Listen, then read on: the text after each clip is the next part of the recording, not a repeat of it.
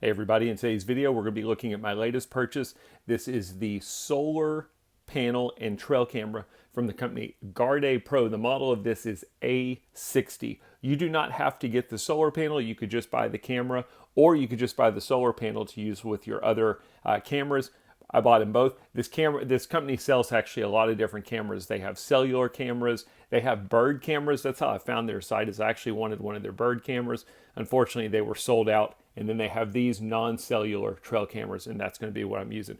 Real quick, I'm going to go through everything it comes with, and then we're going to power it on, take a look at the settings, and then we'll look and see what the footage is like.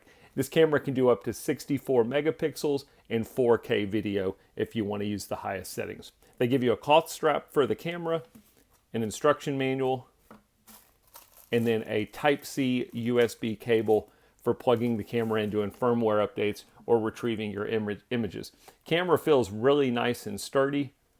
Give you a quick look at it. You've got a threaded mount at the back, threaded mount at the bottom, and then you have the area up here if you want to run the cloth strap through it. Takes a full-size SD card. I like these companies that use full-size versus the micro, so that's a positive. Has nice buttons that stick out. Should be easy to do the settings. If you wanted to run AA batteries, you're not using the solar panel, that's how you get to your battery compartment. We will take a look at the camera here in a second. I really like the way they have it latched. You've got this large arm, and you basically just line it up, push it, and it really closes. So that's a look at the camera. Now the solar panel. Again, the solar panel can be used with the camera, or you can buy this for any other trail cameras that are out there. It is nice and heavy. You've got a solar panel, and then you have a built-in battery back here on the back. You have a standard thread mount for you to be able to mount it to a mounting arm, and a nice long cable. You've got this little flap on your solar panel. When you pull this flap back, this is going to be where you plug in your Type-C USB cable to charge the solar panel. And then you'll also see this little switch up here. Doubt you'll be able to see it, but you can switch the solar panel between 6 volt, 9 volt, and 12 volt. So again, depending on which trail camera you're using, this solar panel is going to work for all of them. The reason I said it can be used with multiple cameras is you've got this end, and then they give you two different extension cables. One of them, this larger one, is going to be what we're going to use with this trail camera, and this is pretty standard with a lot of trail cameras. So you'll just plug this in into your camera. But they also give you this one that is for the cameras that take the smaller input for the solar panel. So this solar panel will work with various different trail cameras out there on the market. We've got our solar panel, we've got plastic mounting arm, and an instruction manual. All right, so I've got the camera hooked up to the solar panel, got the solar panel charged. I thought we would go through some of the settings real quick. I did want to show you, I took the cover off. I'm running it totally on the solar panel, no batteries at all. This camera has some really cool settings. I'm going to walk through them. I'm not going to go through everything. It's got some things I've never seen before that I think are great. You've got this button down here at the bottom. Simply turn it on. That's going to turn on the camera.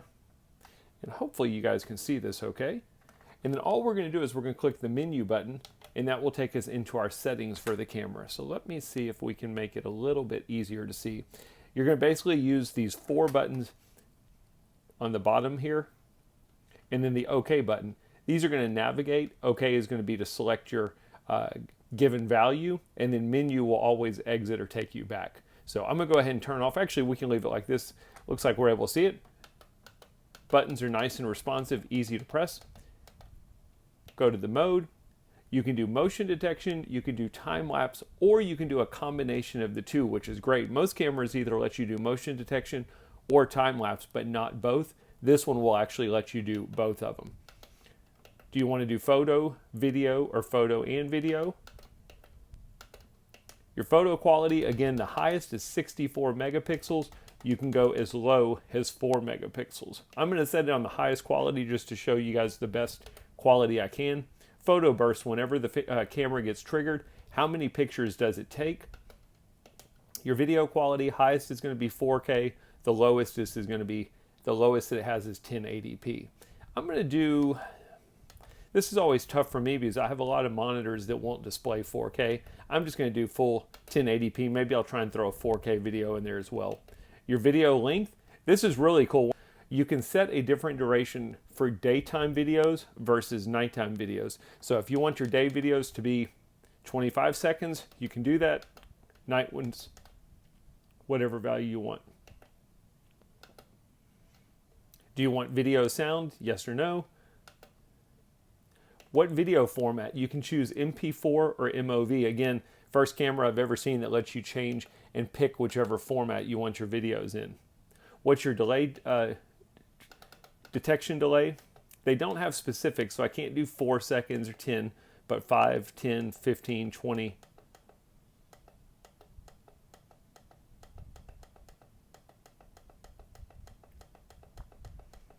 All the way up to 1 hour. Your PIR sensitivity. False trigger. This is where you can basically adjust your sensitivity so that you're not getting false triggers. Do you want side motion detection, or do you just want it detecting motion straight ahead? Do you want to test the motion? This is actually kind of cool. You can do a test to see whether or not it's triggering from a different distance or not. Sorry, let me get back to where I was. Your time-lapse interval, if you're doing time-lapse period.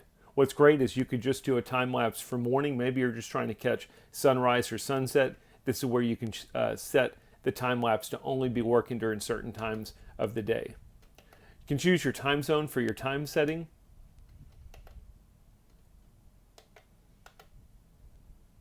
Set your date and time, your date format. Actually, we'll go ahead and change mine. Your time format, do you want 12 or 24 hour? Camera name. Do you want the info strip on or off?